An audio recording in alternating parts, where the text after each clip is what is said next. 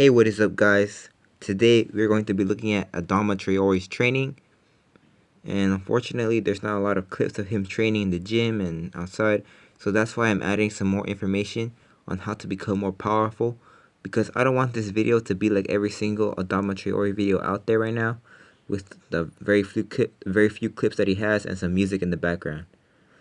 So the reason I'm making this video is because Adama Traore is a beast, and he's having a great season so far. And also, views. Yep, I'm trying to get that clout. So let's get into this video. So it's no joke that Adama Traore is super fast and powerful. Some might think he has been lifting weights since he was a baby. Well, that's not the case. In fact, the main reason he is so fast and strong is because of genetics. He says it himself. Quote, "My training, I don't do weights. It's hard to believe, but I don't do weights. It's genetic. I exercise, but I gain mass very quickly." End quote. So you heard it there. So Dama doesn't do too much gym stuff, so that's why we don't have that many clips of him doing it.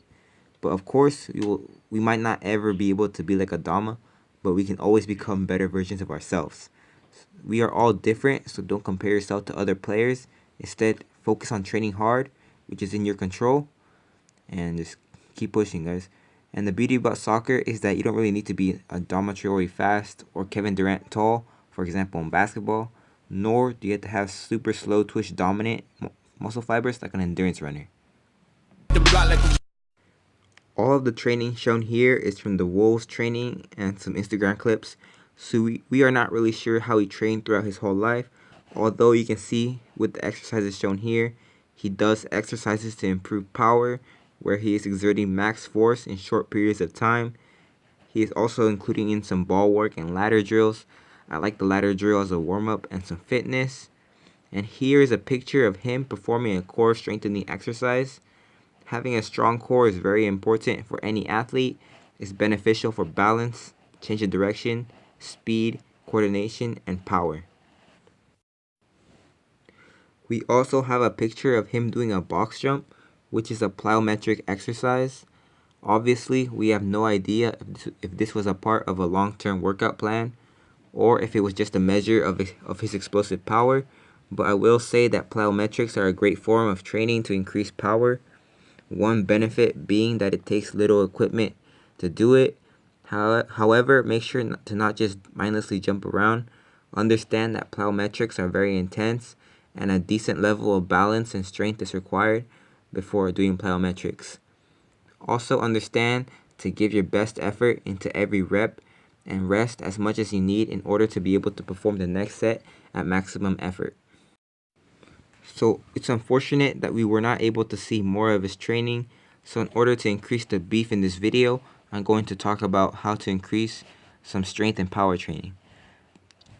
Don't get me wrong, I believe working on your technical side of the game, passing, dribbling, shooting, etc. is more important and should be prioritized, but this does not mean that you neglect strength training. In fact, strength training is beneficial for increasing speed, jump height, protecting the ball, avoiding fatigue, preventing injury, and being stronger in tackles. Footballers are well known for having overly developed quads from kicking and weaker hamstrings, which is why it is important to correct these imbalances with a good football-specific training program. Without correcting this, there is a higher risk of injury. Also, there are players that think because football is a lower body dominant sport that you should only do leg exercises and train the muscles that are used, but actually you should try to work on your full body and get a training program that works on all the muscles evenly. And then, like I said earlier, after you build this solid strength foundation, you can start including some plyometrics and more explosive lifts. It is always good to add variation into your training and to not just do the same 6 sets of 6 back squats every time. It is important to add stress to your body through different levels of volume and intensity, but remember not to overtrain yourself to the point where your performance is going down. To recap, yes, Adama Traore is awesome, but don't get too caught up in trying to be exactly like him and work on improving yourself. Hope you guys enjoyed the video. Peace out.